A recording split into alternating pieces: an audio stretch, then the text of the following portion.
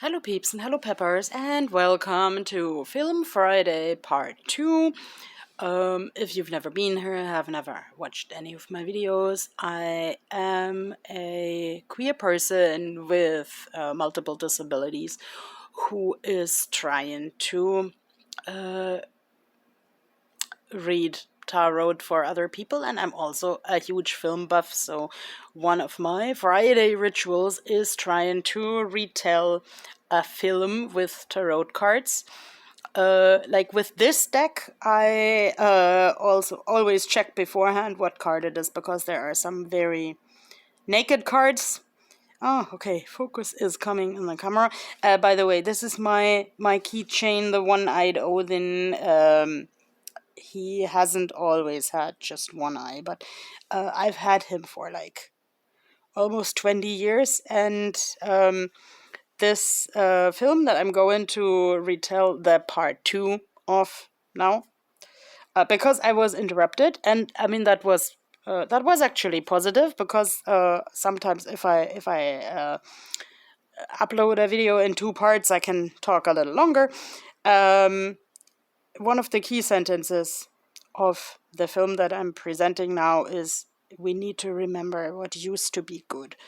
As already cited in part 1, the film is called 13 Going on 30, and it's basically like let's say, a discontent 13-year-old who is bullied by her fashionable so-called friends, suddenly making a wish and waking up in the body of a 30-year-old woman. Well, also, like, technology has advanced. Like, when the film begins, it's 1987, and then it's 2004. 2004 was the best year of my life, because there I could sort of, let's say, live according to my own belief in magic. Could live the best life that I had, that I ever had. So, this is the ancestors, and yes, there is one part of the film where the ancestors play a role, because, let's say, the 30-year-old Jenna in the movie realizes that she has obviously done some mistakes while growing up. The biggest mistake was, like, not standing up for her ideals, beliefs, and real friends. So she asks her now quite old and wrinkly mother, if you had one do-over in your life, would you actually do it? And then the mother says, no, because like, all the mistakes that I made brought me basically to learn something. So I would say, like, indirectly, she invites Jenna to learn from her mistakes. And I would also say, because this figurine is very half-naked and vulnerable, I would say, with this question, if the mother would wish for a do-over in her life, Jenna makes herself vulnerable. And remember, we're still talking about a 30-year-old with the mind of a 13-year-old, so she actually really asks her mom to make her, like, a pancake with a smiley face and stuff like that. And yeah, okay, this is a little bit graffiti. Is written on the wall.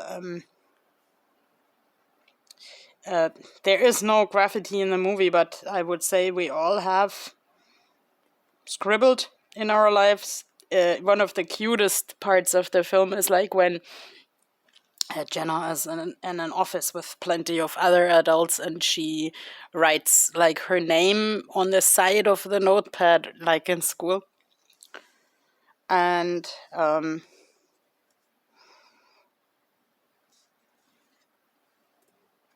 okay, the 8 of Pentacles.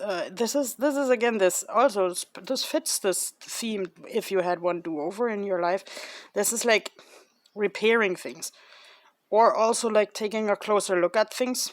Actually, from the side, this pentacle looks sort of like a spooky face. So yes, the adult world can be extremely spooky.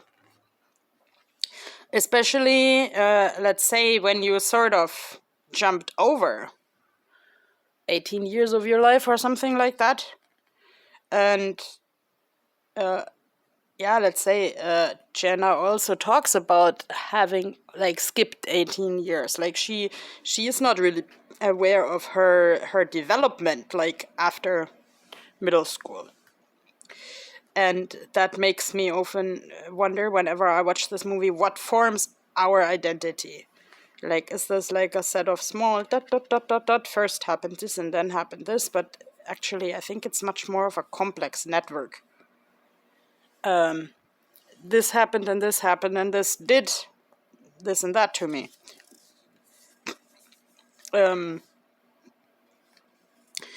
Four of Swords, like some sword pictures are mostly sad in tarot. So yes, she is a little bit defeated, and she has to, let's say, use the have the sword close to her bed. I mean, there is no literal sword in the story, but she has to defend herself because, like, in the course of the movie, it turns out that she.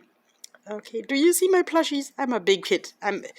I'm also, in some respects, I am a kid in a grown-up body, and let's say, have I ever mentioned that my joints think I'm 85, and I am kind of on the verge of moving into a wheelchair. Like recently, in a totally different film, I learned the term "moving into the wheelchair." Let's say disability as such is not a theme in the movie, but let's say if your mind and your body don't correspond really, that can become a social disability because let's say in the story Jenna doesn't know what a cell phone is, she doesn't understand some idiomatic speech that has developed in the 18 years that she has skipped, and but she is still good old Jenna, and she still has to stand up for her values against the people who just want to be something for someone else, and that takes a lot of energy.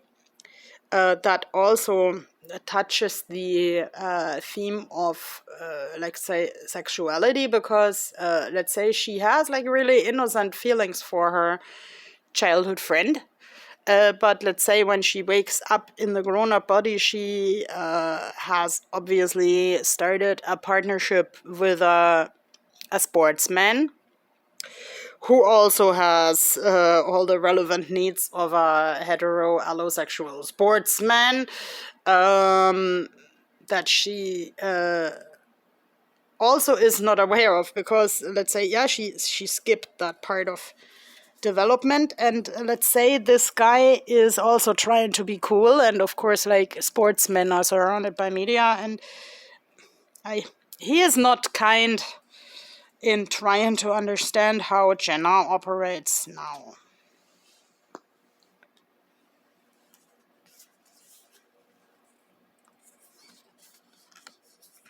And then the world is going headways.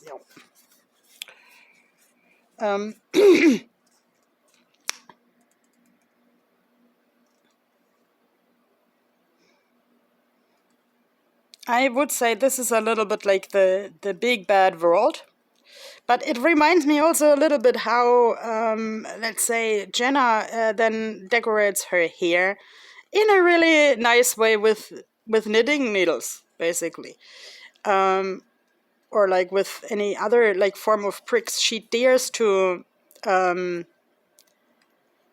explore her adult closet that just was there by the obscure magic.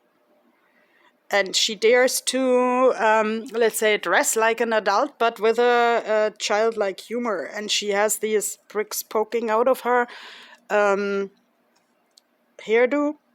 and sees something positive in everything, and also says no to a guy who claims to have an affair with her and trying to get intimate with her.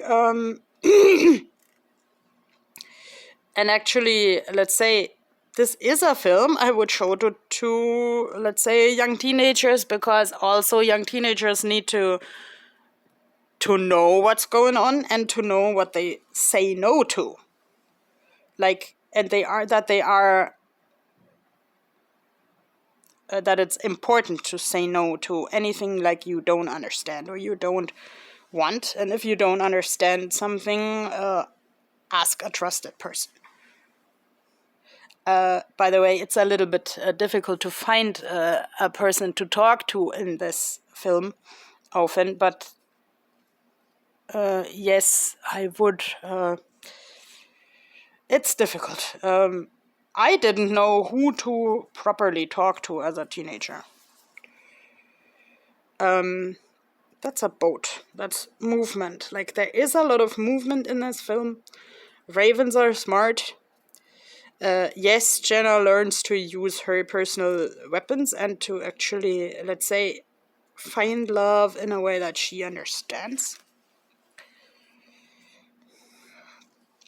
And ravens work with what is there. And I think, like, since most people say ravens are smart, and I've witnessed a raven who bit people who tried to pet him, because ravens don't take shit from anybody. And I think they can handle resources very smartly. And Jenna is like, when her beloved fashion magazine goes down the drain, she goes unconventional ways to save it. So this film is one of my biggest inspirations to like work with the resources that are there, but totally change the approach wherever that's needed. This looks a little bit like Jenna's hairdo where the pricks come out. And yeah, she grows wings. She has like still this childlike humor, but she has she learns to let the adult Jenna and the 13-year-old Jenna basically meet in the middle.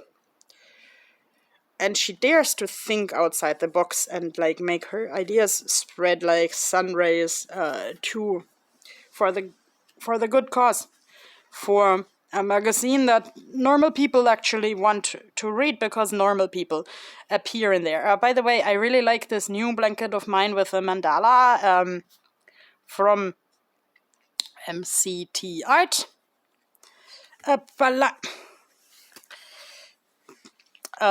It's very smooth, so the cards will always keep falling off, but mandalas are a little bit like for grounding and for reading tarot. And actually this inspired me to paint a shark with a mandala later in the day.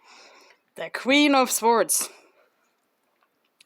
We had this other Queen of Wands in the other video, also with a dress with many layers. But I would say the queen bees in the teenage bickering crew, they don't change, even as adults.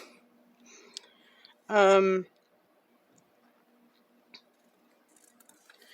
yeah, Jenna changes their relation to them by setting boundaries. And like when I talked in the other video about like really mean teenagers, I mean, I know what teenagers do, and some things of that are kind of natural parts of development, but my point is like showing boundaries is important to also show people you take them seriously and you want to develop. The 7 of Pentacles. 7 is one of my favorite magic numbers, and there's a tree with a lot of branches, and Maddie and Jenna dare to be childlike and also like sit on a swing even when they are 30 years old. Swing would be like movement, but here's also like rest, having the head in the clouds and like getting unusual things to blossom. So I wish you a wonderful day.